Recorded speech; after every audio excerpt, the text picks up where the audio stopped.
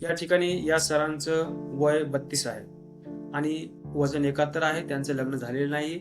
Erection जास्त काळापर्यंत टिकत नाही ही त्यांची समस्या आहे. आणि जेव्हा त्यांचं कन्सल्टिंगमध्ये बोलणं झालं, तेव्हा त्यांनी सांगितलं की त्यांना एकतर मॉर्निंग इरेक्शन सुद्धा येत नाही किंवा जेव्हा कधी दिवसभरात जसं की माणसाला अपेक्षा असते की इरेक्शन यावं, एखाद्या ठिकाणी बघितलं की किंवा रात्री सुद्धा हात लावला की इरेक्शन यावं, तसं काही येत नाही. मग त्यांना विचारलं की "तुम्ही मास्टरबेशन करताय का?" तर त्यांनी सांगितलं की "अगोदर करत होतो, परंतु आता मास्टरबेशन करत नाही." लग्नाला इतका उशीर का होतोय? म्हणे लग्नाच्या बरेच कारणं, घरगुती कारणं असतात, जसं की पत्रिका वगैरे जुळत नाही किंवा यांना पसंत येत नाही किंवा तिला पसंत येत नाही. त्याच्यामुळे लग्नाला उशीर होत आहे.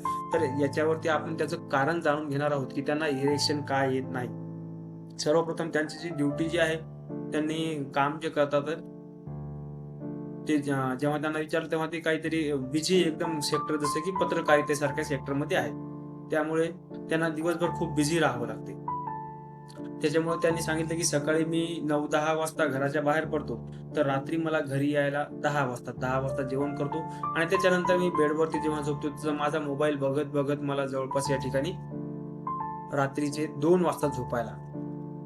आणि रात्रीचे 2 वाजले की मग सकाळी त्यांची जेव्हा लाईफस्टाईल बघितली, की सकाळी ते जवळपास 8:30च्या पुढे उठतात आणि 8:30च्या पुढे उठल्यानंतर मग धावपळ करत अंघोळ करायची आणि आपली गाडी गाठायची आणि त्यांच्या ड्युटीवरती जायचं. मग इतकी बिझी लाईफस्टाईल असल्यामुळं महत्त्वाचं कारण याच ठिकाणी असं सापडलेलं आहे, की इरेक्शन न येण्याचं महत्त्व, इरेक्शन काय येते हे आपण जाणून घेऊयात, की इरेक्शन ही एक खूप मोठी प्रोसेस आहे.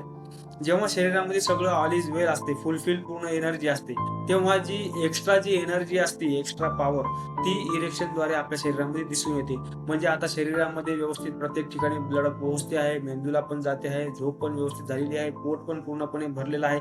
तुमच्या पायाच्या अंगठ्यापासून, नखापासून तर शिखापर्यंत कुठेही कसल्याही प्रकारचा प्रॉब्लेम नाहीये. तेव्हा कुठे मग शरीर तिथून पुढचा विचार करते, की आता आपण अ, संभोगाचा आनंद घ्यावा किंवा इथून पुढची आपली संतती उत्पन्न करावी. तेव्हा कुठे मग इरेक्शन येते आणि सेक्सची भावना तयार होते आणि मग त्या भावनेनंतर मग आपण एखादी मादी शोधतो आणि त्याच्यानंतर मग संभोगामध्ये उतरतो. अशा प्रकारची इरेक्शनची प्रोसेस आहे. इरेक्शन म्हणजे एकदम शरीरामध्ये सर्व काही ओके आहे. शुक्राणू वगैरे व्यवस्थित आहेत आणि एकदम वीर्य वगैरे बनलेलं आहे. सगळं काही शरीरामध्ये ऑल इज वेल झालेलं आहे आणि तिथून पुढे मग होण्याची जी गोष्ट ती म्हणजे इरेक्शन आणि या ठिकाणी इरेक्शन येत नाही. आलं तरी काय होते सस्टेन राहत नाही असं त्यांचं म्हणणं होतं. म्हणजे काय आहे थोडीफार एनर्जी आहे, परंतु त्या जी प्रोसेस जी असते, की जसं की आपलं हे जे लिंग आहे, तर त्याच्यामध्ये व्यवस्थित ब्लड फ्लो झाला म्हणजे ते व्यवस्थित असं असलेलं असं होते आणि मग जेव्हा त्या ठिकाणी जेव्हा तुम्हाला ते काम करायचं आहे, तेव्हा जास्त वेळपर्यंत ते राहिलं पाहिजे अशी प्रत्येकाची अपेक्षा असते आणि ते राहायलाच पाहिजे. परंतु जर तुमचं म्हणणं जर असं आहे, की मी काहीच विचार करणार नाही, मला संभोगही करायचा नाही आणि ते असंच एकदम ताठ खुट्यासारखं राहावं, तर तसं राहत नसते. जेव्हा कधी तुम्हाला काही काम असेल, तर त्यांनी हे बी सांगितलं, की जेव्हा मी ॲक्चुअल संभोग करण्यासाठी गेलो, तेव्हा सुद्धा मला अर्ली डिस्चार्ज झालेला आहे. तेव्हा पण अर्ली डिस्चार्ज म्हणजे डिस्चार्ज होण्याच्या अगोदरच हे झालेलं आहे. लूज झालेला आहे. म्हणजे कधी इरेक्शन येते, कधी येत नाही आणि एक वेळ जर समजा आपण आपल्या गर्लफ्रेंड सोबत, बायकोसोबत संभोग करायला गेलो आणि तिथे जर व्यवस्थित जर जमलं नाही, तर माणसाचा कॉन्फिडन्स खूप लो होतो आणि कॉन्फिडन्स लो झाला म्हणजे पूर्ण जो माइंड जो असतो तो पूर्णपणे आपल्या समस्येवरती फोकस होतो ना आणि अशा वेळेस तर इरेक्शन येणं किंवा संभोगाचा आनंद घेणं, जास्त वेळपर्यंत टिकणं हे अ, अशक्य असते. त्याच्यामुळे कॉन्फिडन्स लो न होऊ देणे हे आपल्या हाती आहे अशा कंडिशनमध्ये. आता यातून बाहेर येण्यासाठी काय करावं? तर त्यांची जेव्हा मी पूर्णपणे लाईफस्टाईल पूर्णपणे बघितली, तर त्यांच्यामध्ये कसल्याही प्रकारचा व्यायाम, योगा किंवा शरीरासाठी इरेक्शन यावं, आपलं आयुष्य व्यवस्थित चालावं यासाठी ते काहीही करत नाहीत. तर त्यांना मी सांगितलं, की तुम्ही एकतर स्वतःला वेळ द्यायला सुरुवात करा. कारण की तुमचा तुम्ही जे 2 वाजेपर्यंत मोबाईल बघता, की 12 हे म्हणजे रिकाम्या गोष्टींमध्ये वेळ देता, तो जर तुम्ही व्यवस्थित रात्री खूपच बिझी असेल, जर तुम्ही 10:30ला 11ला जरी झोपले, तसं तर माणसानं 9-9:30च्या आसपास बेडवरती जावं. 10-1 वाजेपर्यंत झोप येते. 10 ते 4 6 तासामध्ये तरुण व्यक्तीची आरामशीर झोप होते आणि मग त्यानं जर त्याला नाईटफॉल होऊ द्यायचा नसेल किंवा शरीरामध्ये आपल्या आयुष्यामध्ये प्रगती व्हावी, शरीर निरोगी राहावं असं जर करायचं असेल, तर त्यानं 4 वाजता उठावं. त्याच्यानंतर भरपूर पाणी वगैरे पिऊन पोट वगैरे साफ करून योग, प्राणायाम किंवा जप, मेडिटेशन त्याला जे काही करायचं असेल स्वतःसाठी, तो जो सकाळचा जो वेळ असतो अत्यंत दिव्य, त्याला ब्रह्ममुहूर्त असे म्हणतात. म्हणजे दिव्य देव ऋषींचा हा वेळ आहे. अशामध्ये जो व्यक्ती जागी असतो त्याला आयु, प्रज्ञा, बल, वीर्य, धन, संपत्ती, यश, कीर्ती या गोष्टींची प्राप्ती होत असते. आणि ते जर तुम्ही जर ती लाईफस्टाईल जर फॉलो जर कराल, तर हे इरेक्शन येणं, तुम्हाला फ्रेश वाटणं, तुम्ही तुमच्या शरीरामध्ये एनर्जी वाटणं, ह्या गोष्टी बाय प्रोडक्ट आहेत. जेव्हा तुम्ही लाईफस्टाईल फॉलो कराल, म्हणजे तुम्ही प्रोसेस फॉलो कराल, तर रिझल्ट येणारच आहेत, याची तुम्हाला खात्री देतो. सकाळी उठून काय करायचं इरेक्शन येण्यासाठी? सकाळी उठून तर इरेक्शन येण्यासाठी सर्वप्रथम तुमची जी बिझी जी लाईफस्टाईल आहे, त्यामुळे तुमचा जो मेंदू दिवसभर डिस्टर्ब असो किंवा नेहमी ॲक्टिव्ह असतो, तर तो रिलॅक्स झाला पाहिजे. कारण की आपण त्यासाठी काहीच करत नाही. जर मेंदू जर रिलॅक्स जर असेल, मन जर तुमचं शांत जर असेल, तर शरीरामध्ये सर्व प्रकारच्या ज्या ग्रंथी आहेत, त्या ॲज इट इज जसं काम करायला पाहिजे तसं त्या नॅचरली काम करतात आणि सर्व प्रकारच्या नसनाड्या जशा प्रकारे जिथे तुम्हाला इरेक्शन यायला पाहिजे, जिथे तुमचा ब्लड फ्लो जायला पाहिजे, तिथे सर्व काही व्यवस्थित होते. त्यासाठी अगोदर उठल्याबरोबर सूर्यनमस्काराने सुरुवात करायला पाहिजे. जेव्हा तुम्ही योगाला सुरुवात करता, त्याच्यानंतर नाडी शोधन प्राणायाम असं माझं मत आहे आणि त्यासोबतच अनेक प्रकारची योगासनं असतात. जसं की पेल्विकसाठी पादपश्चिमोत्तानासन, या ठिकाणी पादपश्चिमोत्तानासनाचा आपल्याला अभ्यास करायचा आहे.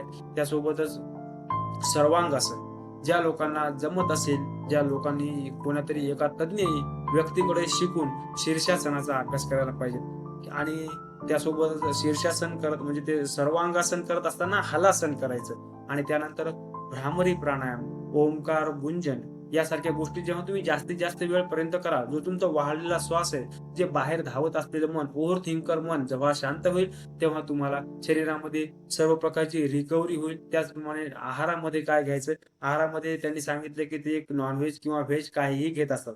परंतु मी तुम्हाला सांगू का, या वयामध्ये तुमच्या ते डिस्टर्ब लाईफस्टाईल असल्यामुळे तुमच्या शरीरात आणि सर्व काही व्यवस्थित आहे. घरी असं कोणीही नाही, माझ्यापर्यंत आता कोणताही पेशंट असा आलेला नाही की सर माझ्या घरामध्ये खाण्यापिण्याची सोय नाही आणि मी त्याच्यामुळे मला इरेक्शन नाही, असं होऊ शकत नाही. सर्वजण ऑल इज वेल, प्रत्येकाच्या घरी चांगल्या प्रकारची धनसंपत्ती किंवा पोटापुरतं खाण्यापुरती तरी प्रत्येकाच्या घरी सोय आहे. तर अशामध्ये खाण्यामध्ये कार्बोहायड्रेट्सपेक्षा म्हणजे भाजी, पोळी, भात यापेक्षा जास्त करून आपल्याला प्रोटीन डाएट घेतलं पाहिजे. जसं की प्रोटीन काय आहे, सगळ्यात स्वस्त जर प्रोटीन जर म्हटलं तर आपले हरभरे म्हणजे चणे किंवा शेंगदाणे, रात्री शेंगदाणे भिजू घालायचे आणि सकाळी ते शेंगदाणे गुळासोबत खायचे. किंवा जर खूपच बिझी जर असेल, तुमच्या घरी जर बऱ्यापैकी जर असेल, तर प्रोटीनसाठी ते शेंगदाणे काय करायचे, मिक्सरमध्ये किंवा खलबत्त्यामध्ये वाटून त्या शेंगदाण्याचं दूध तयार करायचं. उदाहरणार्थ मूठभर शेंगदाणे घेतले, कपभर शेंगदाणे असले, त्याच्यामध्ये ग्लासभर पाणी टाकायचं आणि ते मिक्स करायचं आणि त्याच्यासोबत ते जे घेतलं तर चांगल्या प्रकारचं प्रोटीन मिल्क आहे ते आणि कसल्याही प्रकारचं ॲनिमलचं बनलेलं नाही. अशा प्रकारे घेतलं तुमच्या शरीरामध्ये प्रोटीन वाढत जाईल आणि अत्यंत पचायला हलका आहे, कसल्याही प्रकारचे साईड इफेक्ट होणार नाहीत. नाश्त्यामध्ये तेच घ्यायचं आहे. त्याच्यानंतर जेवणामध्ये घरचं बनलेलं जे वरण, भात, पोळी, भाजी, त्याच्यामध्ये डाळीचा समावेश असावा, अत्यंत चांगली गोष्ट आहे. जर तुम्ही नॉनव्हेज वगैरे खात असाल तर तुम्ही तुमच्या पद्धतीनं काय जे असेल ते घेऊ शकता, ज्याच्यामध्ये प्रोटीन आहे बऱ्यापैकी. अशा प्रकारे जेव्हा तुम्ही आहार घेणार आणि ही जी सकाळची जी लाईफस्टाईल आहे, माइंड आणि बॉडी पूर्णपणे रिलॅक्स झालं पाहिजेत. त्यांच्यामध्ये जो व्यवस्थित त्या ठिकाणी ब्लड फ्लो जात नाही, त्यासाठी तुम्ही योग्य प्रकारचे प्राणायाम हे कराल, आसने कराल आणि मेंदू शांत राहण्यासाठी जी मास्टरबेशनमुळे किंवा त्यांच्या आयुष्यामध्ये चुकीचा प्रसंग घडला होता, त्यांच्यावरती कोणीतरी अत्याचार करण्याचा प्रयत्न केला होता एका मुलानेच, तर त्यातून बाहेर येण्यासाठी सेल्फ अफर्मेशन्स, पॉझिटिव्ह अफर्मेशन्स यासारख्या गोष्टींचा अभ्यास करणं अत्यंत आवश्यक आहे. फक्त हे मनाला पटवून द्यायचं आहे की तुला कसल्याही प्रकारचा प्रॉब्लेम नाही आहे. जर तुम्हाला BP, sugar, heart problem, overweight यासारख्या कसल्याही प्रकारच्या समस्या जर नसतील, तर तुम्ही या इरेक्शनच्या, इरेक्टाईल डिस्फंक्शनच्या या शीघ्र पतनाच्या यासारख्या समस्येतून सहजरित्या बाहेर येऊ शकता, याची मला खात्री आहे. अनेक जण बाहेर आलेले आहेत. जर तुमचा खूप क्रिटिकल प्रॉब्लेम असेल, शरीरामध्ये काही अशक्तपणा वगैरे असेल, तर त्यासाठी काही सपोर्टिव्ह औषधींचा सुद्धा आधार घ्यावा लागू शकत असतो. तर तुम्ही योग्य ते तज्ज्ञांचं मार्गदर्शन घेऊन जर या समस्येवरती चांगल्या प्रकारे काम केलं, फोकस देऊन, तर 2 ते 3 महिन्यामध्ये, 4 महिन्यामध्ये याच्यावरती तुम्हाला चांगल्या प्रकारे रिझल्ट दिसून येतात आणि भरपूर लोकांना आलेले आहेत. तुम्हा सर्वांना वेळ देणं अत्यंत आवश्यक आहे. सकाळचा 1 तास अवश्यमेव स्वतःकरता दिलाच पाहिजे. त्यामुळे तुमचं संपूर्ण आयुष्य, तुमचं येणाऱ्या पुढील पिढींचं आणि त्याच्याही येणाऱ्या पुढील पिढींच्या आयुष्यासाठी तुम्ही तुमचा 1 तास देणं, स्वतःकडे लक्ष देणं अत्यंत आवश्यक आहे. तुम्हा सर्वांच्या भावी आयुष्यासाठी मी खूप खूप शुभेच्छा देतो. तुम्हा सर्वांचं आयुष्य सुख, शांत, आरोग्य, समाधानाचं, मंगलमय जावं. तुमचं सांसारिक आयुष्यामध्ये यश, कीर्ती, संतती प्राप्ती व्हावी, यासाठी मी भगवंताकडे प्रार्थना करतो. धन्यवाद.